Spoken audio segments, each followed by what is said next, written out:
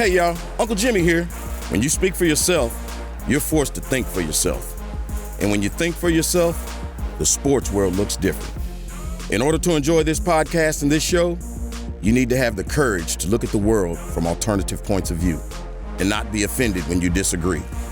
Speak for yourself isn't your Twitter, Facebook, or Instagram feed. SFY tells you what you need to hear and not what you want to hear. So, welcome aboard, buckle up, and enjoy the ride. We start today in Kansas City. No coach is under more pressure this weekend than Kansas City's Andy Reid. A loss to the Houston Texans at Arrowhead Stadium would be inexcusable. It would further establish Reid as the passing Marty Schottenheimer, a terrific football coach who struggled in the postseason. The Chiefs are 9-point favorites over the Texans. Including the postseason, Andy Reid is 22-5 when he has an extra week to prepare for an opponent. There's no way the Chiefs should lose this game on Sunday. But as a longtime Chiefs fan who is intimately familiar with the work of Schottenheimer and Reid, I know exactly how Reid can blow this game. We witnessed it already this season. The Houston Texans came into Arrowhead Stadium in mid-October and snatched the soul of the Chiefs where they come from behind 31-24 victory. Andy Reid, as he's prone to do, abandoned his running game. In a game the Chiefs led 17-3 after one quarter and 24-3 after three quarters, Reid ran the ball 10 times the entire game. 10 times. Don't get fooled by the stat sheet. Patrick Mahomes' one run was a kneel down just before halftime. Kansas City never trailed by more than one score, but failed to find a way to balance their offense. Meanwhile, the Texans threw it 42 times and ran it 41. Andy Reid is one of the greatest play designers in NFL history and one of the worst game managers, too. It's not just clock management, it's game management. There's an easy explanation for why Reid loses track of the flow of the game. He spends too much time seated on the bench with Patrick Mahomes and ignoring his defensive unit. Reid is constantly managing Mahomes in the offense because he has a figurehead offensive coordinator in Eric Bieniemy. With the departures of Doug Peterson and Matt Nagy for head coaching jobs, the burden of guiding Kansas City's offense has fallen completely on the shoulders of Reid. It's too much for a head coach. In their regular season matchup, the Texans' offense destroyed KC's defense. Reid needed to use his offense to protect his overmatched defense. Reid needed to shorten the game with his running game, which averaged 5 yards per attempt on its 10 carries. I know the mainstream media has everyone convinced right now that Bieniemy is the Black Mike Martz and that it's criminal he hasn't been handed a head coaching job. But the truth is, there's no compelling history of former running backs converting to offensive coordinators in the modern passing era of the NFL. The last one to do it on a high level was Dan Reeves with the Cowboys in the 1970s. As a head coach in the 80s and 90s, Reeves' reputation was he inhibited the passing game. My point is, Andy Reid has an inferior offensive staff, and he's overworked. It could cost the Chiefs on Sunday. I've already seen it happen this season. All right, joining the desk now are Fox Sports NFL analysts Levar Arrington and Bucky Brooks. Marcellus, I'll start with you. Is Andy Reid under the most pressure this weekend? Yes, no doubt. It's Andy Reid, and Andy Reid only, just because of the long and short in terms of his resume and his career. Andy Reid needs to ascend where his actual genius warrants, which is an elite coach. Right now, he stands just short of being an elite coach all time because of the lack of a Super Bowl championship. So if you put Andy Reid into the conversation of a Super Bowl champion and then they win, guess what? Andy Reid is now where he properly deserves. This week, though, the long and short is, we know that resume, Andy, you've always come up short somehow, some way. And the short of it is, you're better than the Houston Texans. But I'm not the player that's built to blame it on coach. So he's under the most pressure because I know what the standard is. I know what the media, what we will do to Andy Reid if they lose this game. But when we lose the game, it's based on what we do. It's not based on certain play calls and certain situations. It comes down to critical moments. It comes down to critical situations. But my example is, as we're sitting here, this is the 20-year anniversary of the Music City Miracle, and that's going all around viral. Everybody's showing that play again. Was it a forward pass? Yes, it was, damn it. Or was it a lateral? No, it wasn't. Point being this. After that game, we lost the Super Bowl opportunity in the playoffs, obviously, and they fired our special teams coach, Bruce DeHaven. And I was like, why did they fire that man who was amazing at what he did, who every day we sat in special teams meetings would say, hey, y'all, we going to L.A., right? That means lane assignments. We're going to L.A., lane assignments. He used to say it all the time. What happened on that play in the Music City Miracle? Everybody forgot they lane assignments, but we fired the coach for scapegoat purposes. I think that right now Andy Reid's not under that kind of fire, but still we're going to blame him unnecessarily. No, I'll take this because Andy Reid is under the most pressure. But I think what Andy Reid has to do is ignore the outside noise. Jason, obviously, you were around Kansas City when Marty Schottenheimer was there. And I think the one thing that Marty did, the outside noise eventually crept into the way that we performed in the locker room. The way that he called the game, he wanted to show risk-taking because that's how he was criticized. If I'm Andy Reid, if I could give Andy Reid any advice, be you. Your team is built to play the game in a video game fashion. If I'm playing Madden, the first team that I'm picking up are the Kansas City Chiefs. And because the Kansas City Chiefs have superior personnel coming off the bye week, I think Andy Reid has to call the game to blow the Houston Texans out of the stadium. Don't dial it back. You don't have a running game that can enable you to play safe, put points on the board, and play downhill. Your defense is playing better. I think he just needs to be himself, call the game in a very aggressive Do you, Andy? I think the pressure is elsewhere. I think the most pressure is elsewhere, and I think it's based upon expectations. I think you did a very clear job of illustrating the lack of expectation for him to have success in the postseason. I think everything that you just illustrated and why he should be nervous or under pressure to get those results are the very reasons why Andy Reid and this perceivably Who's under more overworked pressure? You know what? I would put it on LaFleur or on Curl. And the reason why I would put it on one of those two teams is based upon what you've paid Russell Wilson and the amount of responsibility that you've placed at his feet to be the guy that carries this Seattle Seahawks team. And this is one of those defining He already moments. has the Super Bowl. Move He on. does. Move on. But I'm really not you can't just base it off of he has a Super Bowl or Super Bowl appearance to say who has the most pressure. That could create the pressure. The bar is set for him to win the Super Bowl. Andy's Reid bar is not set to win a Super Bowl because he has not won one. So once you've set the bar winning a Super Bowl, then now you have the expectation of winning one. Explain LaFleur. Well, because I think that when you're looking at how strong a personality that Aaron Rodgers is and the type of season that they had, and is it given to the defensive side of the ball or is it given to the offensive side of the ball, I think their performance in this weekend's game will play out in a very interesting way between the head coach and its stalwart. LaFleur would be my number two. Not bad. All right. But Yeah, Andy that's mine Reid's too. under the most pressure because, again, this, like Marcellus says, he is a great coach. Great. He's got to get it done in the postseason to justify and to further elevate his greatness. And I said it in the Whitlock. I think he can blow it. I've seen enough of Andy Reid that I think he could blow this game against the Texans.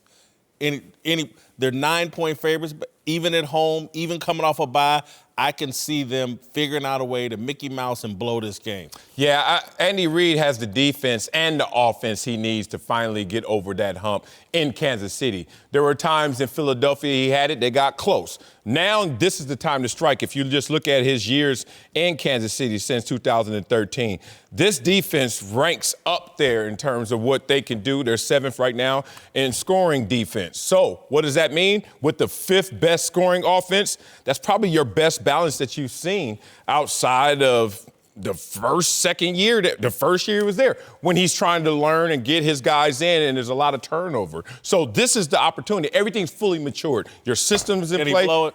Can he blow it? Yeah, this weekend. No, he can't blow it. One, I don't think he will blow it. They're better. They're superior to Houston.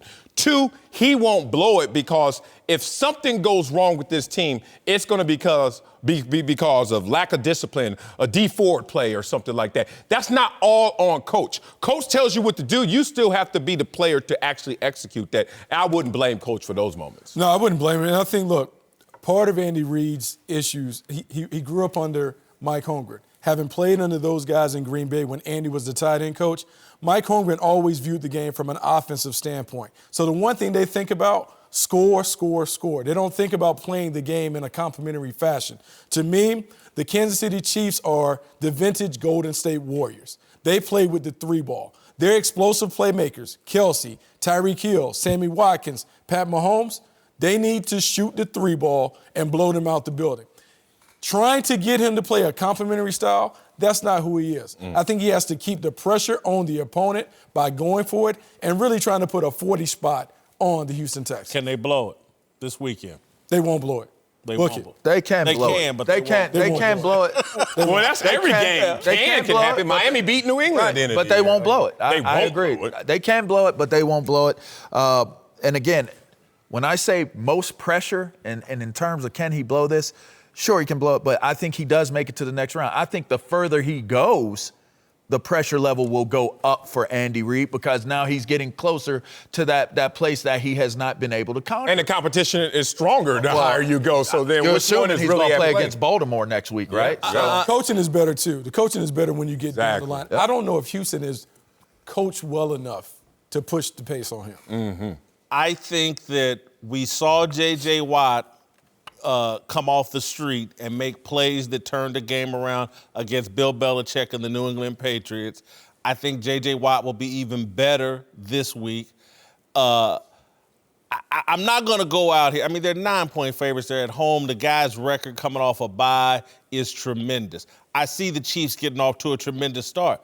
But I just saw it in mid-October, 17-3. They had this game and gave up 20 points in the second quarter and then, wet the bed the second half of the game. He can screw this up. Will he? I don't think so. At home, coming off a bye, I don't think so. But I'm not I think the guy is overworked. I think I'm not kidding. When I see it, I've never seen another coach spend as much time with their quarterback, head coach, as Andy Reid does, and I think he loses track of what's actually going on in the flow of the game. Yeah, you meant Buffalo. the Bills, Buffalo. and they were overmatched. J.J. Watt came off the street to play the Bills. And they were Oh, my bad. overmatched. Yeah, we knew what you meant though. Yeah. But they were overmatched and outmanned in that game. And I don't see this Buffalo team, as good as they are and have played, I don't see them being as good as Kansas City. No, and to your point about, you always talk about Andy Reid hanging with the quarterback.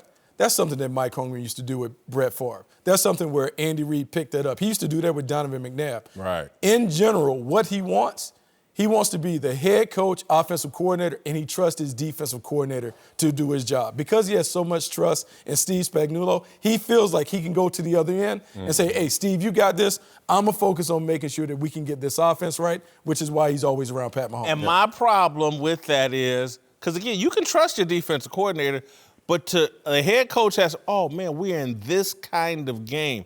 If I don't protect my defense today, we're going to lose this because our defense is out of sorts. And that's what I think he loses track of in the flow of the game. It's like, whoa, I got to bail my defense out here instead of just trust Spagnuolo. Spags has got this. He didn't have it in mid-October. Hopefully the Chiefs' defense has improved. Hopefully we won't be in that position. We talk about physical fitness a lot, but there's another side to the game that's just as important. I'm talking about mental fitness. Calm, the #1 app for sleep and meditation, has teamed up with LeBron James to help you train your mind. LeBron and Calm know that your mind is like any other muscle in your body, and Calm can help you train your brain so you sleep better, have less stress, and perform at your best. For LeBron James, sleep is an important part of his mental fitness routine. He says, getting good sleep and finding time to rest is one of the most valuable things I can do for my body and mind. And if you head to calm.com/sports40, you'll get 40% off a Calm Premium membership. With Calm, you have access to nature scenes LeBron loves and so much more, like sleep stories and meditations. For a limited time, our listeners can join LeBron in using Calm with a 40% discount to an annual membership at calm.com/sports40. Unlock content to help you focus, ease stress, and sleep better. Get started at calm.com/sports40. That's calm.com/sports40. Levar Arrington is back. We're joined now by Super Bowl champion Brady Papinga. Time now for a big story, sponsored by the KFC $3 Famous Bowl. Yeah. Try it spicy. All right, let's move to Dallas, where Jerry Jones and the Cowboys were all smiles as they introduced new head coach Mike McCarthy yesterday. Of course, the last time McCarthy was on the sidelines, things were falling apart between him and Aaron Rodgers. And yesterday, Rodgers had some interesting comments on his old head coach's new job. We've had a lot of success down there, and I think that was probably one of the reasons. You know, we've obviously won the Super Bowl there, but we've won some big games down there over the years. So I'm not surprised that Jerry had infatuation with Mike, because we've had some really good performances. I don't know. I thought maybe he would go somewhere where he had maybe some GM opportunity as well, but I'm happy for him. I sent him a text. He sent me a text back. All right, we had a lot of success in Dallas, and Jerry was infatuated by what we did. You think Rodgers is actually taking a shot at Mike McCarthy? Where you get that from? I know it's just a question, but how we even get to the place of that's a question? No, I don't think he's taking a shot. First of all, he's watching our show, because I said those exact same things a couple of days ago about Mike McCarthy. I think that really had an impact on Jerry Jones watching a team that he assessed as less talented than his, then came to Dallas several times and beat his Dallas Cowboys, including winning the Super Bowl championship in Jerry's world. So I think Aaron Rodgers is just being a person who's stating the facts here. And as he's saying it as a matter of fact, I don't see anything about this that shows that he's trying to be sly or take a shot. They had tremendous success. 8 straight postseason appearances, 5 division titles, 3 NFC championship appearances, and won a Super Bowl together, but they broke up. And you know this as being the king of the breakup. Actually, right then when it happened, there's nothing but bad to talk about. But let those emotions subside. Give it a little time. Something kept y'all together that long, and that's what he's trying to allude to. If my ex went on and found a new man and I wanted to compliment her, I'd be like, oh, man, he got a hell of a catch there.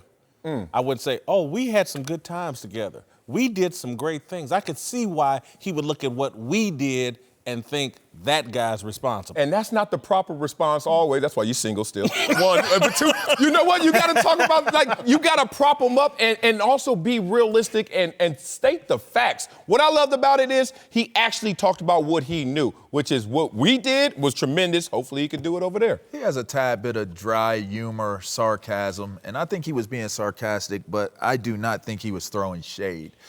Honestly, we talked about the whole nepotism deal and, relationships and all kinds of different ways things can happen.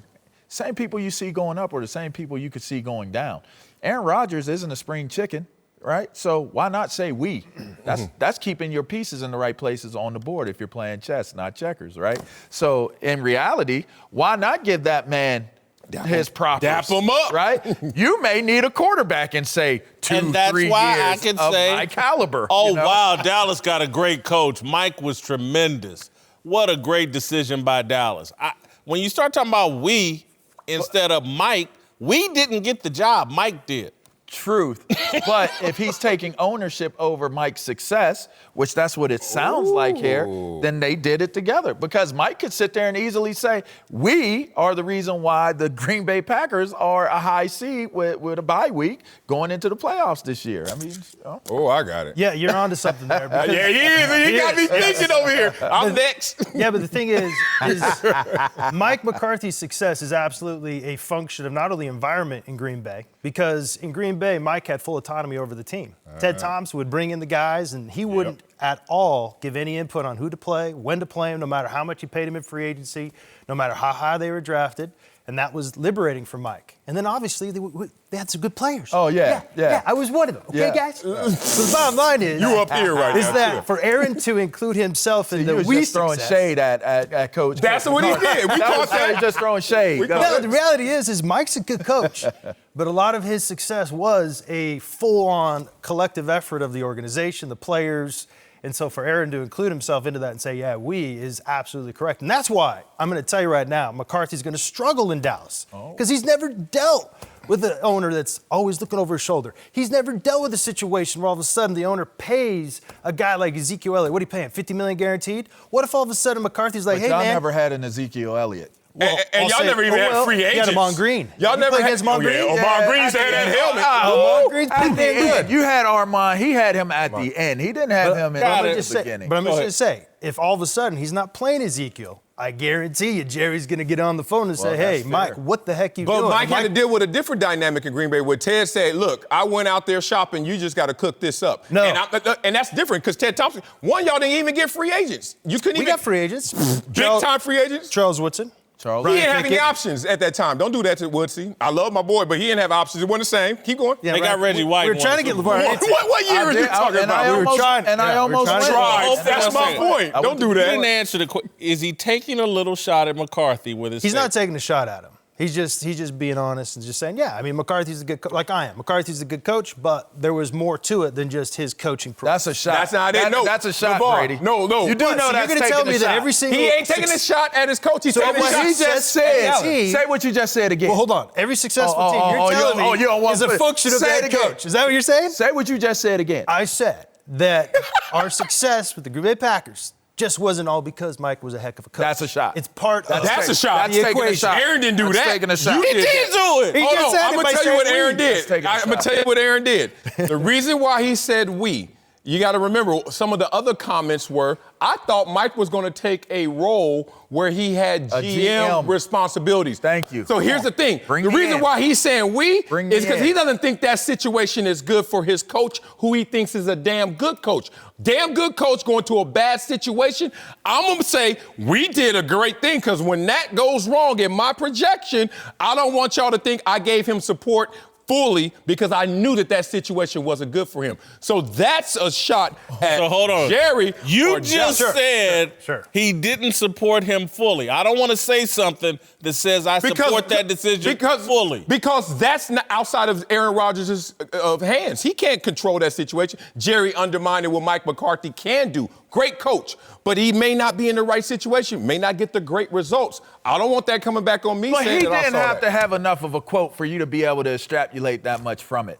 He did not have to say that much. So if you were able to pull that from what he said, I just combined two then quotes. he's throwing shade. That's to not me, shade. To me, I don't think And Mike he's throwing McCarthy, did y'all understand what I Yes, just said? I did. He said, I love this dude. Yes. You ain't who you think you are, Cowboys. Guess what? This great thing is going to go to that He situation. never may not be said, that. I love this dude. He said, we right. had a lot of He's success down there. Right. And he's saying when it's not a we thing, that thing is different. But I believe in him and I. To me, the way I interpret it is, if there is no we, there is no success. And so if it ain't me and Mike, what did you really see down in Dallas? But why does that have Stop to be? that. Why is that shade, though? Why can't that just be, you may need my services at some point in time? I was thinking he may be a GM. What is a GM going to do? Will you say that? Seek talent. Okay, well, if you end up being somewhere being a GM, and I need a job at some point in time, I gave you a vote of confidence here. Come on. You may want to bring me in. Come on. Why is that beyond lobbying for his next position? Nah, he ain't can doing stand that. on his own 2 feet. You don't have to lobby. More than the number of No, seats let's up. not be That's playing the game let's the not right be way. stubborn up That's here. not lobbying. This is good. Let's bring it home. That's being smart. Let's bring it home. The relationship. The reason why you broke up with her and you still saying we had a great thing because you thought she was an amazing woman. You don't believe in the dude she's with, so you're not going to talk about what she is to that situation. You just going to talk about how great it was between you. That's what he's doing right now because of the if that's Cowboys the case, situation. you ain't gonna say nothing. Oh, if I don't like the dude my ex is with, I'm not saying nothing. Gotta say something, or that's shade. I'm not giving them the opportunity to feel good about me easiest addressing thing them. to say, right? The easiest thing to say is Mike, when he was here, proved to be one of the greatest coaches in the NFL, and Dallas has landed him. I think it's going to be tremendous. Why say that if you don't believe but it? it wasn't a text. It wasn't what it was. He doesn't believe it. You're right. And I didn't believe it either. But he doesn't believe it because of it, not because of him. I not played because there. of Mike, because of Guys, Dallas. I played there. Here you go. Hey, listen. Stop. We, amongst players, knew that Mike was a good head coach. But there's no way in this world we ever sat there going, man, this guy is throwing shade. And it's not shade. All it's he just had to do was reality. say, I'm happy for him. He We're sent me a acknowledging text. there's more I to sent it him than a just text. coach. LeVar, take the blinders off. Yeah. Man just explained played for exactly him. I'm what gonna get out Aaron of that. Rodgers thinks. I'm out of that. And LeVar, you didn't you're play for right. him. I did not. It's shade. So let him go. Aaron Rodgers. You just said it wasn't shade. But I don't It believe is. it's shade. I don't But believe it is shade. It's just calling it as it He is. said it It's as it okay. is. Who has the blinders it's on? okay to acknowledge He just said there's it more isn't to the shade. success of a team than the head coach. It's okay. He just said, It's okay. Dallas, y'all hired a good coach. If you wanted a great one, you should have brought me. Whitlock and Wiley, Brady Papinga, and Bucky Brooks are back. Let's move to the NFL playoffs, where we will see showdowns between some of the league's top rushing attacks this weekend, with the Titans and the Ravens facing off in Baltimore, while the 49ers host the Vikings in Santa Clara. In fact, the run game has had a major resurgence in the NFL this season. Despite the NFL's passing obsession, 5 of the top 6 rushing teams made the postseason this year, while the Chiefs were the only top passing team to make the playoffs. Are we seeing proof the pass-happy NFL is entering a new era? No. And I'm just saying that because it's perplexing, because these numbers suggest that I should say yes. But I'm going to say no. I'm going to stick to my guns. And my top line is, obviously, we're talking about the top teams. And when you're talking about a top team, you're talking about one of the teams that had a lot of wins. And you talk about how did they win? They usually had a lead. And when you have a lead, you have the luxury of running the football. And that's going to suggest where the running numbers are going to get a little inflated. But I go back to just conventional thinking. And being on the defensive side, if a team comes out and it's a 50-50 proposition, are they going to run the ball against us or throw the ball against us? Me as a defender, I want you to run the ball against us. The average yard per rush is 4.3 in the NFL this year. Average yard per completion is 11.4. Now, even if you factor in all the completions, incompletions, everything, it's still 8.1. You have a better opportunity to throw the football than you do in running the football and having success. So I'm just looking at all the top teams. And you're looking at this year, and then we could say last year, interesting. Let's go over the last decade. Only one Super Bowl champion has finished in the bottom half in passing before having rushing. What does that mean? You can win a Super Bowl with a bad running game, but you ain't going to win it without a good passing game. So I'm still leaning with the throwing. Now, so what has happened is that the league goes full circle. So for the previous 10 years, you talked about the passing game dominating. So what do teams do? They build their teams to stop the pass. So they put those light little pass rushers on the field. They got the little DBs out there. So what do you do to counter that? You now go back and play big boy football. More 21 personnel, 2 backs, 1 tight end, 2 wide receivers. More 12 personnel, 1 back, 2 tight ends. And you run the little guys off the field. The teams that are on this list, Baltimore, the Niners, the Titans, the Seahawks, the Vikings, they're all 21 personnel teams. They're all old school, 2 back, run it downhill, run them off the field. And because it's more advantageous now to play big boy football against the little guys, we're seeing the running game return and kind of have a resurgence in the league. And I'm shocked, Marcellus, that you said you'd rather have a team run the ball at you Heck versus. yeah. Right, well, you get paid Second more. and 6 versus second and 2? Yeah, but you get paid more to sack the quarterback. Oh, that's a good point. I already got my And money, though. If you're stopping the run and all of a sudden it gets to 3rd and long or a predictable passing situation, you're kind of gassed a little bit from having had to good stop point. the run. I'm going to Good tell you point. that. And what's gone on, just like Bucky says, is that exactly that. The league has tilted so far to stopping the pass, to covering, to rushing the passer, that now these defenses are exploitable to where you can just pound the ball down their throats and you're going to do, like I just mentioned, you're going to minimize the impact of a pass rusher. We saw it last year in the Super Bowl with Aaron Donald. Yeah. What did the Patriots do? They said, we're going to double team you with 2 of our 300-pound guys. We're going to see how you hold up. And sure enough, after a couple of snaps of stopping the run, okay, here comes the passing down. He wasn't the same guy jumping out of his stance because he was taxed from having to stop the run. So teams are seeing that. And absolutely another thing is that zone blocking scheme.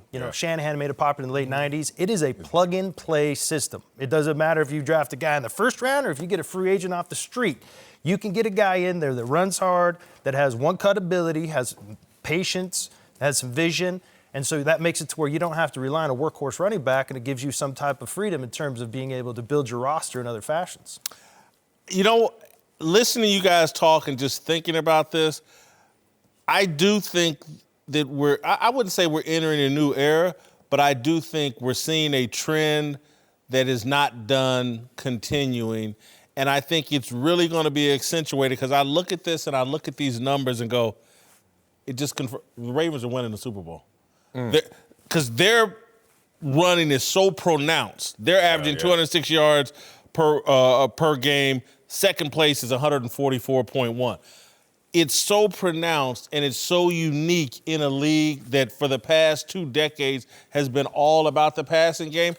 I just don't think you can, in the moment, in the season, counter what the Ravens are doing. It's going to take a complete offseason to slow down this Ravens team. But I think you're going to see more teams commit to the running game this offseason because of the success the Ravens are having. And so I don't know if a new era is what we're about to see, but this trend's going to continue because I think Baltimore is going to win the Super Bowl, and it's going to make more teams say, how can we maximize our running game? The trend continues, as Bucky said, in a cyclical fashion just because you're going to zig when everyone else is zagging. So I respect that when you come out there and you got your nickel dime personnel, we about to slam it down your throat. And all we have to do is show deception where you're going to sit there and run out your nickel package, and then we're going to run the football. Watching the Ravens live, went to the Rams game, watching the Ravens on TV probably every week, it felt like. You look at them, that power game is deceptive. And more than that, it's almost it's such a balancing act between the finesse of it because you really are protecting your quarterback. But then you look the next play, this is a heavy package, and we're student body with a quarterback. The math is just insane. So I think that what's happening right now with the packages out there, that's going to lend itself in the now, but that's going to change going forward. I want to add one more thing that I want Bucky and Brady to react to. I wonder if this isn't easier to practice. I think the passing game requires so much timing and rhythm and precision, and I think for offensive linemen, I'm just practicing pass setting and all the intricacies is a lot harder than just put your fingers in the ground or come off the football and move ahead in the zone blocking scheme. I wonder if this isn't a smarter way of playing football given the practice limitations. I think it's a smarter way to play football because you have an influx of young quarterbacks that are coming into the league. Forever, we've always heard the running game is the quarterback's best friend. So now we have all these young quarterbacks that are about to pop. Lamar Jackson is there. Jimmy Garoppolo, I still would consider a young quarterback. Kirk Cousins is not a young quarterback. He's one that needs to be propped up. Yep. The running game enables you to really protect your quarterback, control the game, minimize your turnovers, which gives you an opportunity to win, and protect your defense. There's so many benefits to really committing to being a dominant run team. You still have to pass, but running the ball gives you an opportunity to win more games in today's fashion. And I'll say this, like the new era is here, maybe not in terms of just the running game, but the quarterback running. That is going to be something that's replicated from here on out. Because I'll tell you what, whenever I watch a defense play against the Ravens, I cringe. Because in college, that's all we faced was running quarterbacks. And so we had a pretty good plan against playing running quarterbacks. And one is you got to be decisive. And two is you got to be disciplined. You got to have assignments across the board that are executed. And what's happening with all these NFL defenses is they're kind of in the middle. Everybody's trying to play everything. And the Ravens are exploiting it because Lamar Jackson is a master at being able to read the defenses, hide the ball, make it to where you don't even know where the ball is at until it's out the gate. Right. So to me, the running game is going to be more popular, but it's going to be led by the quarterback running the ball. And the other thing is just as, footwork, eye control, those kinds of things that are fundamental for a quarterback, protecting themselves when they run the ball, whether it's sliding, getting out of bounds, will also become a fundamental so that the age-old, stigma against the running quarterback is the guy can't stay healthy. Well, Russell Wilson has proved that it's not the case. He's run more than anybody, and he's the master at sliding. So you'll see that as these quarterbacks begin to run more and more, that the fundamental of avoiding those direct hits will also be something that's taught and implemented. So I think that's the new era, the quarterback running. Bucky Brooks and Brady Papinga are back. Time now for Darnell's question of the day. All right, take it away, homeboy. Yes, sir. Let's move to Carolina, where the Panthers introduced their new head coach, Matt Rule, yesterday. And the question on a lot of people's minds is what hiring Rule means for Cam Newton. Yesterday, Rule wouldn't comment on Cam's future, but said he thinks the QB is a winner. But today, the Panthers released a hype video, and the former MVP was nowhere to be seen. Take a look. I will work tirelessly each day to bring you guys a championship, to bring you a championship. I promise you'll get my best. Keep pounding.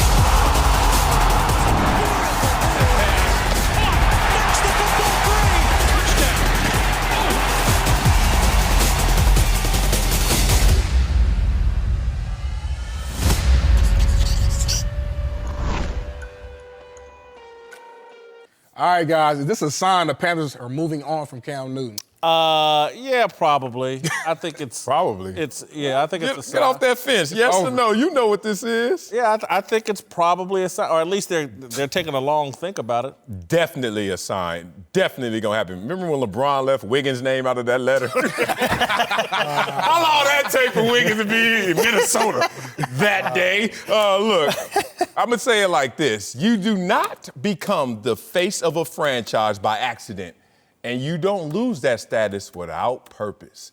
And he has lost that status. When I was the man, let me tell you, every ticket stub, billboard, game day cover, Wiley, mini helmets everywhere. And when I wasn't the man, hey, y'all remember me? No, because they had a purpose. They know who to designate. You think head of marketing is gonna give the approval on this video that is gonna go viral? And the face of the franchise is gone. Christian McCaffrey's the best player, but the face of the franchise is not in it. Nah, this is all did with purpose and intent. Cam, you're gone. Nah. They just keeping their option. They're just keeping their options open. He hasn't played the last 2 years. They even got any video footage of him. Oh, yeah, they got any footage of coach from Temple. Like, they're just going to have stuff. They don't have any footage of him. They could have showed him with a cigar in one of his videos. They're keeping their options open because Matt Rule, even in the presser, he said, I haven't had enough time to evaluate the roster. I don't know what's going on in the 2020 quarterback class. What he wants to do is he wants to take his time. He wants to see if Cam is going to buy into the culture. If Cam buys into the culture, there's a very good chance that Cam will be there. This $19 million hit that you guys keep screaming about? Yes. Jared Goff is at what, 30, 32, 34? Russell, he's a cheap option, so they still can keep Cam and draft another one. Matt Rule wants to take his time, assess all of his options before they make a decision on their quarterback. The problem is Cam Newton is not a we kind of guy. He's a me kind of guy. And I saw that firsthand. I was covering their game, playoff game a few years back. And in the middle of the playoff game, he goes and throws, by himself, by the way, a tantrum, like a little toddler. I'm like, what the heck what's going on here? And then he runs out there and plays ball. I'm like, this guy needs kind of like special treatment because he is not a guy that falls in line. And when you got a college coach that's where he's had his success with college football players that are all falling in line, there's no way you're going to couple him with a guy that's kind of a loose cannon when I'm, talk about Cam Newton. And so, like, you talk about bringing in a young guy. That'd be terrible. You bring in a young guy, you got Cam Newton kind of undermining everything you're doing. It's not a good situation. So he's a goner. I tend to agree with Brady, and I'm sure we'll see some kind of IG post or video from Cam in response showing all of his highlights that should have been in this highlight package. But, yeah, they probably are moving on. But again, I think it's like Bucky says, you just hold that little thread just in case. The guy is cheap, and you sit there and hope, when I do meet with him, is the guy going to come in here in one of these crazy outfits of his with his hair all wild, or is he really in a humble spirit and coming to me like, Matt, let's do this together. Teach me how you want me to play the game. Let's blah, blah.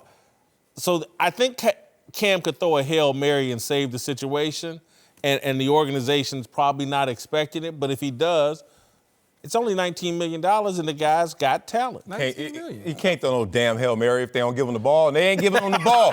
I'm the king of nuance up here, but damn it, this is definitive. He is guilty by reputation. You think that this coach is going to come in here, I know the money's attractive, but and throughout the interview process didn't say, so what's up with Cam? What y'all going to do with Cam? What's upstairs suggesting with Cam before I get there? His quotes tell you that he is out the door. Coach says, I hope to coach Cam, but I don't know enough about really everything that's kind of happening right now. That's dancing. You know why he's dancing? Because he already knows what's upstairs and he knows what we have to project. I just can't come in the door and then just get rid of Cam Newton. You know how much equity I will lose with this franchise from day one if Cam goes and balls and we come slow out the gate. The answer is already written. You do not put out promotional videos without your top two players in it. And that makes no sense. So I just see it from experience. He's gone. Whitlock and Wiley, Levar, Arrington, and Bucky Brooks are back. Let's move to Kansas City, where so far Chiefs offensive coordinator Eric Bieniemy has been passed over in this year's round of head coaching hires and doesn't appear to be happy about it. Bieniemy was a top African-American coaching candidate to interview this year, and he has now been turned down by 6 teams over the last 2 years. His agent said the situation is, quote, discouraging to say the least. All right, the question I want us to answer is, what advice would you give Eric Bieniemy?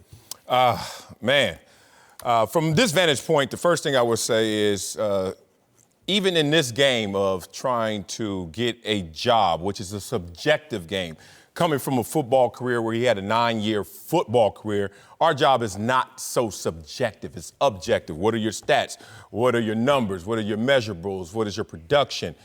When you move and cross over into the real world, you have to have the ability to self-correct. So one, he's been in 7 meeting rooms for potential hires.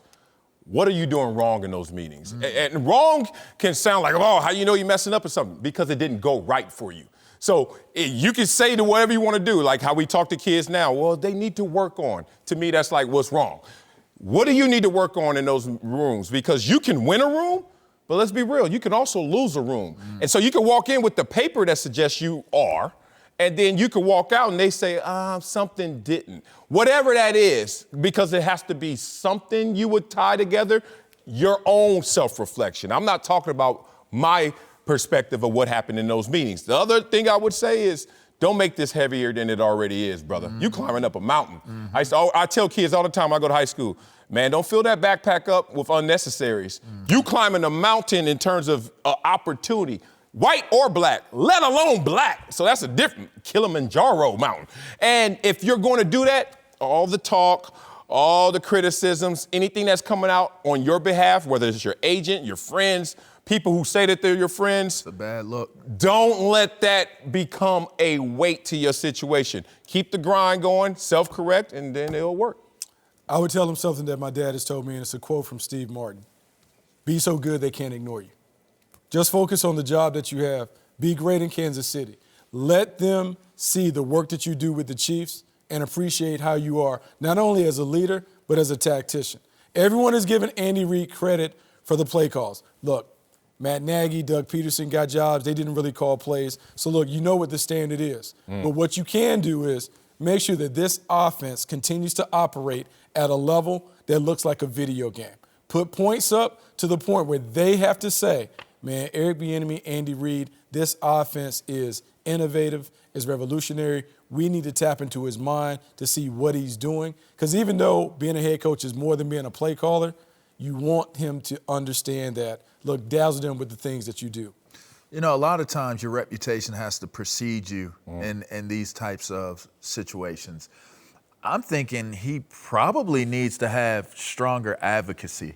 You know, get away from having your agent try to be a spokesperson for you. I know he means well and is trying to establish your value and get it talked about and discussed. But if that advocacy comes from you and out of your own camp, per se, I think it devalues what it is that you could possibly bring to the table. I think he has to really focus in on, as you guys said, continue to do your job very well and grow your network of advocates. Because I think if he has the right advocate talking and going ahead of him, a lot of times these roundtable discussions that are taking place off camera, behind the scenes, are really the people who are saying, listen, this is the guy you need to hire. This guy right here. And when you have that type of advocacy from somebody who has shared values, then you're probably running a better chance of, even if you don't interview well or you may not pass the eye test per se, you probably still have a strong chance of getting that job. I'm going to tell him, I'm going to follow in off of Marcellus's point, don't get caught up in the noise because there's a lot of noise right now about Eric Bieniemy, and much of that noise, just quite honestly, Eric, is uninformed. It's people that have never played the game or covered the game that have a Twitter understanding of football and how these hiring practices go, and they're giving you bad information and convincing you that you're a victim. Ignore the noise would be one. Because if you listen to some football people or people that actually have either covered the game or played a little bit, they're going to have some different advice for you and a different set of facts and information. running backs don't translate to head coaches in football. Anthony Lynn is the only one in the NFL right now. Running backs, there's not one offensive coordinator other than Eric Bieniemy who's an offensive coordinator in this league. Think about who speaks in front of a team. A linebacker a lot of times, a quarterback a lot of times, a safety a lot of times. You know who doesn't? Running backs and defensive linemen. In general, I'm speaking in general. And so just being a former running back and converting to offensive coordinator, there's a reason why he's not getting a lot of credit for that offense. It's because no one really believes he has much to do with it. And so, if he really does have a lot to do with it and he's talented, what he's going to have to do is go somewhere to get out from underneath Andy Reid's shadow and prove that he can do it. And the reason I say that is, as a journalist, I've been in this exact same position. First time I worked at ESPN, it was for ESPN Page 2. They paid me pennies on the dollar, and I was a beast. But it was Bill Simmons' kingdom, and I was caught underneath his politics. And so what I had to do, because I knew I was a beast, I went to America Online Sports, AOL Sports. No one had ever heard of it. But I was like, no, I'm going to go show y'all. And so I went to AOL and showed everybody who I was. And I could work anywhere I wanted to after that. Neil Scarborough, who works here, is the one who hired me at AOL Sports. I'm not lying. Anybody can tell you the story. I went there and was a beast and was on Oprah Winfrey's show that year, the year I went there. And everybody over at ESPN that thought I wasn't good enough and was caught up in them politics and I didn't look the part, low fat, lazy dude, blah, blah, blah, blah. I proved to everybody. I had to get out from underneath other people's shadow to show who I was. That's the path he's going to have to take as a former running back. The path isn't there for them as head coaches. It's not there for them as OCs. And then when you add in some of the baggage from his earlier years in life, he's going to have to take a unique path. So I'm telling you, out of sincere concern and support of you, what you need to do in order to get out from underneath the narrative that's stopping you from getting a head coaching job. A lot of other people are just going, oh, it's just racism, Eric, and blah, blah, blah. They're lying to you, or they just don't know. So here's what I'm going to say about your running back point, and here's what I'm going to say is wrong. Sylvester Croom was a former running back coach who became an offensive coordinator, did it in Detroit, eventually was a head coach down in Mississippi State. But here's why I'll say people are missing the boat when they're looking at head coaches and offensive coordinators, and they only view it as the quarterback. When you really look at this game, the running back is the guy that touches all aspects of the offense. The run game, pass protection, routes. The running back is central to all of those elements. Is he central? And Bucky, we just keeping it 1,000% real here. I played football all the way up to age 22. You guys played longer.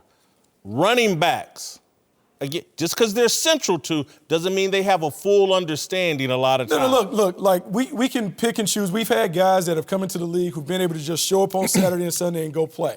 But I'm saying, when you do the interview and you ask him, great running backs have an understanding of all aspects. Having played with Marcus Allen and other great running backs, they can tell you exactly what's going on in all aspects. The running back is actually uniquely qualified to be able to do all of the stuff that you need to do on offense. So I wouldn't just cast it out and say running backs cannot. I'm not run saying and manage cannot. an offense. I'm just saying the pattern is, again, you find a lot of quarterbacks, linebackers, offensive centers, safeties that convert to coaches. But that also goes to something that has always been an issue, going all the way back to the 60s. Head coaches come from positions of centrality. The positions of centrality are center, quarterback, middle linebacker, and free safety. Going all the way back to the 60s, blacks were not allowed to play in those positions because they were thinking man's positions. Until we kind of wipe that away and realize that leaders and offensive architects and defensive architects can come from other positions, we always will have to overcome that stigma. Well, yeah, I agree with you. But a lot of times, though, in these football deals, if you think about who the leaders of these teams are, and 70% of these teams are black. I'm talking about now, over the last 30 years. True. The safeties, linebackers, offensive centers, quarterbacks. Those tend to be the leaders of your team, regardless of color. From Mike Singletary to whomever, I could rattle off to Ronnie Lott, to those tend to be the lead. Those are the guys that get up and command the room and speak in front of the team a lot of times. And again, if you talk to people that talk about where Eric Bieniemy is struggling, getting up and winning the room in an interview, he's struggling there. Okay, let me say this. I have a handful to throw at you guys real quick. But the first thing is they say he does speak when Andy Reid doesn't speak. So he's second in command in terms of addressing the team. Travis Kelce went on record and talked about that. They also said that some of the play calling, no, he doesn't call the plays necessarily, but he's in Patrick Mahomes' headset, not Andy Reid, it's him. And some of the early success that they had this year came from him saying, let's lean into some power running instead of our finesse game, shooting our three-pointers, as you say.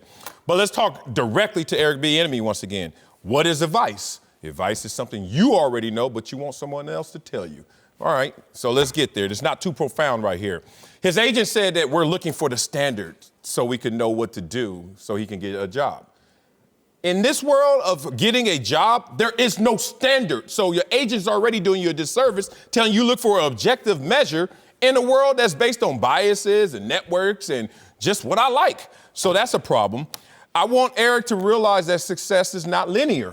That means sometimes it doesn't happen to you when you want it to happen. Adjust your calendar and do some self-correction in that moment. And what your dad said is the best advice I have, which is be better than your best excuse. And that's what it has to come down to. Eric Bieniemy, just be better than that, brother. I will say again, go somewhere and prove it. Another play. If they won't give it to you here, I look at Pep Hamilton going to the XFL. Love the move. This guy early on had a narrative he was going to be an NFL head coach. It didn't work out for him. He's gone over to the XFL to prove it again that he's a head coaching candidate. Sometimes that's just what you have to do. Eric Bieniemy was an OC in Colorado for 2 years. It didn't go well. 119th ranked offense out of 124 teams. They went 4-21 the 2 years. The problems he had off the field with the arrest, he's got to overcome a lot of these things, and he may have to do it out from underneath Andy Reid's shadow. That's just the path some people have to take. All right, before we go, I'd like to follow up on the point I made yesterday about Colin Kaepernick hurting the reputation of black men and potentially damaging the progress of black NFL coaches. Over the course of my lifetime, I've witnessed a troubling cultural shift among black men. I was born a year after the assassination of Dr. Martin Luther King. Coming up in that era, I felt pressure from my parents, grandparents, and church to carry myself in a way that brought honor and respect to my family and black people. Here in the last 10 years, particularly in the social media era, the cultural pressure on black people seems to be to never criticize the behavior of black people. We are to act as the only behavior worthy of critique and refinement is the behavior of white people, and any black person who dares to believe self-improvement is more valuable than the improvement of others. Colin Kaepernick embodies this cultural phenomenon. He foolishly protested police brutality at a football game rather than police headquarters. It's the equivalent of protesting obesity at a Weight Watchers clinic. What's worse, he did it at the very moment America's national pastime, football, was elevating black men to its highest position, franchise quarterback, face of the league. The level of stupidity demonstrated by Kaepernick's behavior is and was historic. The fact that for nearly 3 years it was virtually illegal for black people to criticize Cap's stunt damaged the perception of black men. It created the appearance that the majority of us were as foolish as Cap. That perception has impact, particularly within football circles. The NFL became the greatest force in popular culture and television by strategically aligning itself with American patriotic ideals. The flag, the anthem, military, family values are part of the league's marketing. You can be cynical about the motives and the ethics, but you cannot deny the results. Pete Rozell's vision created a league that generates billions of dollars and showers millions of those dollars on its 70% black employee player base. Rap music and the NBA combined don't create as many black American millionaires as the NFL. But for 3 years, we let the perception persist that we want to tear down the NFL over a mixed-race kid who was radicalized by his non-black girlfriend. These sorts of ridiculous perceptions about us, which are promoted by the mainstream media, undermine our quest for greater responsibility and leadership within the game. If the perception is we're not on board with the patriotic values that put the league in position to pay Russell $35 million, why enhance our power within the league? Miami Dolphins head coach Brian Flores gets this simple concept. That's why he blasted Jay-Z music and Kenny Stills and ran the wide receiver out of Miami. Like Tony Dungy and Herm Edwards and Lovie Smith and Marvin Lewis and Jim Caldwell, Flores is carrying himself in a way that will create opportunities for other black football coaches. We need more of that and less kneeling and whining. Levar, Arrington, and Bucky Brooks are back. Let's move to Green Bay. Sponsored by ZipRecruiter, the smartest way to hire. All right, the Packers host the Seahawks in a divisional round matchup Sunday night on Fox. After an up-and-down regular season, Seattle barely got by an Eagles team devastated by injuries last week. Meanwhile, the Packers posted a 13-3 record this year, but only beat 2 teams with a winning record all season. I'm not bullish on either one of these teams. They have the lowest point differential of any of the teams left in the playoffs. I think the Seahawks are +7. Anyway, which team's more overrated? What's the more overrated playoff team, Seahawks or Packers? I'm going to go Packers. The inconsistency I see offensively. You talk about their great wins this year. You got Vikings twice, and you got the Chiefs. But then you look at the low points, and you're like, oh, man, the Chargers, and then obviously the 49ers. But the way the offense performed in those games, pretty anemic. One thing about the Seattle Seahawks and their point differential, they always find a way to be in games, whether they barely get by or they barely get beat, but they're around, where I've seen some really low moments from this Packers team, especially offensively, so I would go with Green Bay. Yeah, I think Green Bay is the most overrated team. Not only are they a team that is just beat up on not really good teams, they're 10-1 against teams that are 500 or worse, but when I look at their numbers, they're very average. They're right in the middle of the road in everything, offense, defense. The only category where they rank within the top 10 is points allowed on defense. And a lot of that is fueled by their turnovers.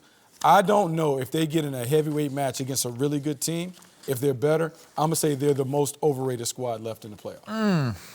I'm going with Seattle. And the reason why I'm going with Seattle here is really a process of elimination. What is the biggest questions that I have going into the game? And the one that resonated the most with me was, can this Seattle offense carry this Seattle team through the playoffs? Can they carry them through this game against Green Bay?